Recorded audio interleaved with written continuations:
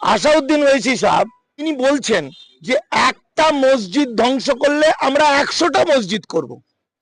মানুষের কাছে নওশাদ সিদ্দিকী ওয়েসি সাহেবরা বুঝিয়ে দিলেন যে আমরা জিতে গেছি। ইসলামিক সংস্কৃতি যে ধ্বংস করা যায় না তার একটা প্রতীক হিসাবে আমরা বলতে পারি 6 তারিখ যেটা হুমায়ুন কবির করছেন।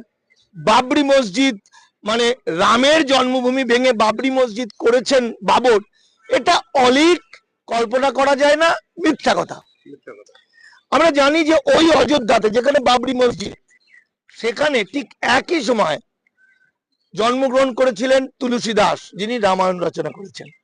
তুলসী দাস কিন্তু তার রামায়ণের জীবনীতে কখনো বলেননি যে আমি সৌভাগ্যবান, আমার যেখানে বাড়ি সেখানে রামচন্দ্র জন্মগ্রহণ করেছিলেন। যেমন আমি আমার জীবনী লিখতে গেলে বলবো যে আমার কাটোয়াতে বাড়ি যেখানে শ্রী চৈতন্য দীক্ষা নিয়েছিলেন। তাহলে তুলসী দাসও বলেননি। টোটালটা জোর করে কেড়ে নিয়ে সুপ্রিম কোর্টকে ব্যবহার করে আমার সংখ্যালঘু মানুষদেরকে তাদের উপর ভয়াবহ অত্যাচার নেমেই আনার জন্য বাবরি মসজিদটা ধ্বংস করে দিয়ে রামের জন্ম বলে রামকে একটা ব্যক্তি করে দিয়েছে। রাম ব্যক্তি না, রাম পৃথিবীর অন্যতম মহাকাব্যের একটি চরিত্র। পৃথিবীতে 350 বেশি রামায়ণ আছে, তাই তো? তাহলে সেই রামকে কেন্দ্র করে কিন্তু আজকে গোটা ভারতবর্ষ তোলপাড়। ভারত শেষ, ভারত তথাকথিত হিন্দু রাষ্ট্রের দিকে এগিয়ে গেছে। তাহলে ভারত যে তথাকথিত হিন্দু রাষ্ট্রের দিকে এগিয়ে গেছে, এক তো রামকে নিয়ে কাহিনী, দ্বিতীয় হিন্দু মুসলমান বিদ্বেষ।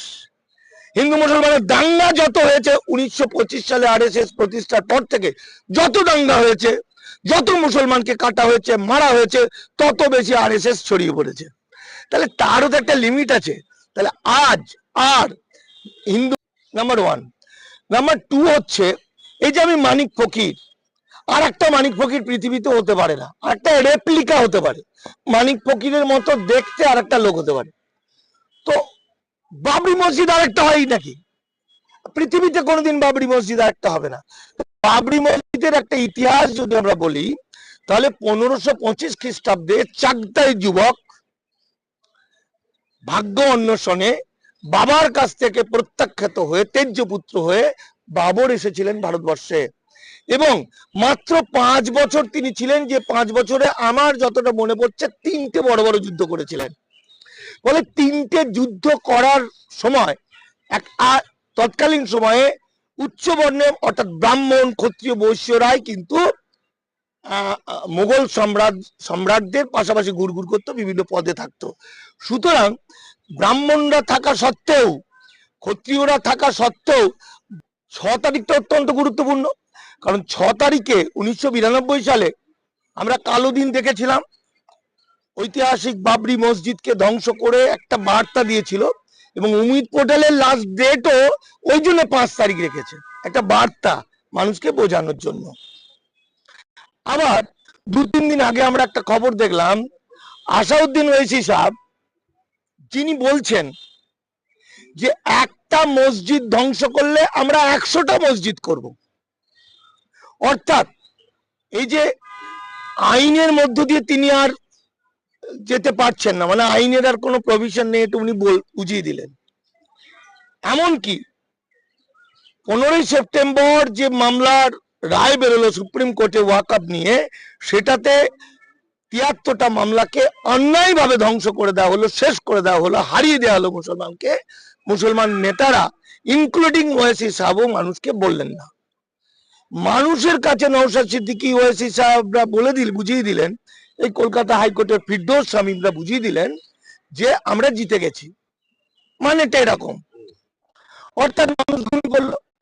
তাহলে মুসলমানরা ঘুমিয়ে পড়লো, সেই সুযোগে মুসলমানদের সমস্ত সম্পত্তি নিয়ে নিল, আল্লাহর সম্পত্তি। বাংলার ক্ষেত্রেও তাই। তাহলে সম্পত্তি নিয়ে নিলেই কি ইসলামকে শেষ করা যাবে?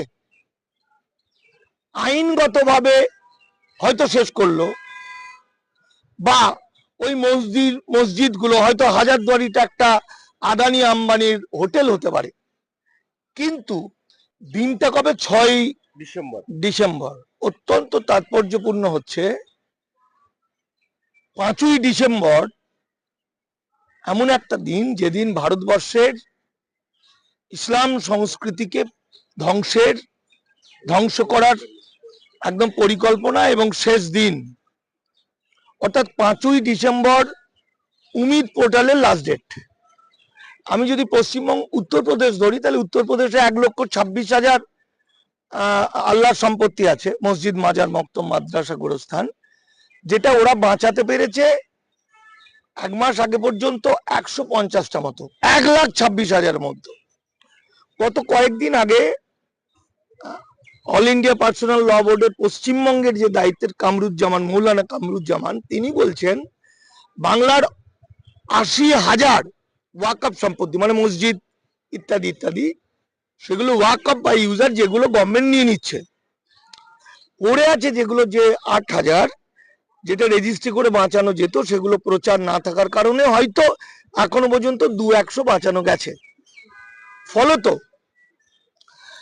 মধ্যে সাধারণ ছাত্রছাত্রীদের মধ্যে সেই চেতনা তারা গড়ে তোলার চেষ্টা করে, সেটাকে সম্পূর্ণভাবে ধূলিসাৎ করে সরকার নিয়োজিত প্রতিনিধিদেরকে দিয়ে কলেজগুলোকে পরিচালনা করা হচ্ছে, অর্থাৎ গণতান্ত্রিক পরিবেশকে ধ্বংস করা হচ্ছে।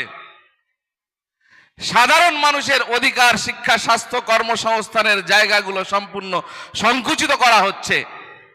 শুধু ভাতার মধ্য দিয়ে, ভাতা দিয়ে মানুষের মন ভুলিয়ে সরকারের প্রতি অনুকূল থাকার প্রতি নিরত যে প্রয়াস চালাচ্ছে সরকার, তার বিরুদ্ধে আমাদের জনমত গড়ে তুলতে হবে। ছাত্র সমাজ তার অগ্রণীয় ভূমিকা পালন করতে হবে।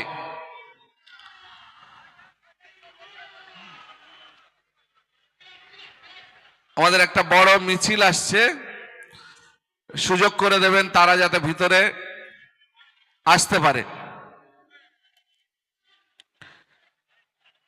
ছাত্র জীবন থেকে ক্লাস 7 থেকে রাজনীতির ময়দানে আছি, ছাত্র রাজনীতির মধ্য দিয়ে কলেজ শেষ করেছি। ভাঙড় কলেজ তৈরির আগে যে লড়াই, সে লড়াইতে আমরা ছিলাম। দীর্ঘ লড়াইয়ের মধ্য দিয়ে ভাঙড় কলেজ প্রতিষ্ঠিত হয়েছে। সাধারণ মানুষ, গরিব ঘরের ছেলে মেয়ে লেখাপড়া শিখবে, সেই আশা ভরসা নিয়ে সে সময় যারা লড়াই সংগ্রাম করে ভাঙড় কলেজটা প্রতিষ্ঠা করেছিল, আলাদা একটা স্বপ্ন ছিল ভাঙড়ের মানুষের। আজকে সেই কলেজটাকে একটা মৎসবের আড্ডাখানায় পরিণত করা হয়েছে। যারা কলেজ স্টুডেন্ট, কলেজের পড়াশোনা শেষ করে সংসদ জীবন যাপন করছে, তারা কলেজটাকে দখল করে সেখানে বিভিন্ন রকম অপকর্ম করে চলেছে। ভাঙড়ের মানুষকে এই কলেজ উদ্ধার করতে হবে। সাধারণ মানুষের শিক্ষার পরিবেশ, সাধারণ ঘরের ছেলে মেয়েদের শিক্ষার পরিবেশ ফিরিয়ে আনার জন্য এই লড়াইতে সবাইকে নামতে হবে। আগামী দিনে ভাঙড় কলেজ উদ্ধার করে সাধারণ ছাত্রছাত্রীদের শিক্ষার পরিবেশ আমাদের গড়ে তুলতে হবে।